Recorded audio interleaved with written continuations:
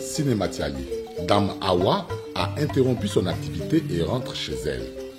Comme le prescrit le protocole de chimioprévention du paludisme saisonnier, c'est elle qui doit donner à ses enfants la deuxième dose de médicaments, un comprimé d'amodiaquine.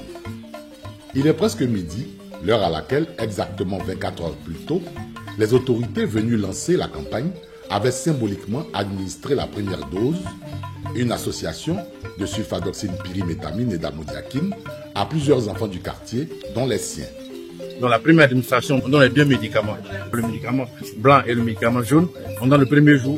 Le lendemain, à la même heure, la maman donne un autre médicament jaune. Le surlendemain, la maman donne encore le dernier médicament.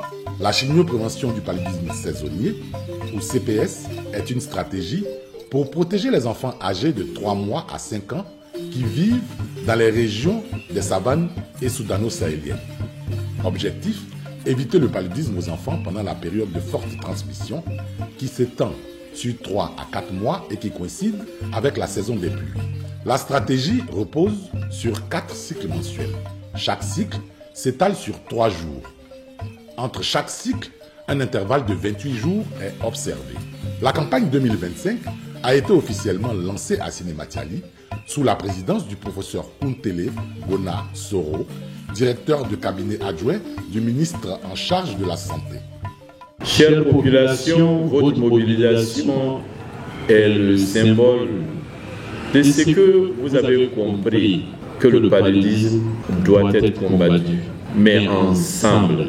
Je vous exhorte donc à adhérer pleinement à l'ensemble des stratégies de prévention, à savoir la vaccination des enfants âgés de 6 à 15 mois, la chimioprévention saisonnière chez les enfants de moins de 5 ans. Déployée uniquement dans les districts sanitaires de Dikodougou et d'Abakala, les 2 précédentes années, elle s'étend désormais à 8 autres districts du nord du pays, Wangolodougou, Sinematiali, Bundiali, Odiene, Mbengue, Kouto, Niakara et Madinani. Avec cette campagne, le gouvernement ivoirien, appuyé par ses partenaires, entend réduire significativement les cas et les décès dus au paludisme dans ces régions, particulièrement durant la période critique de transmission.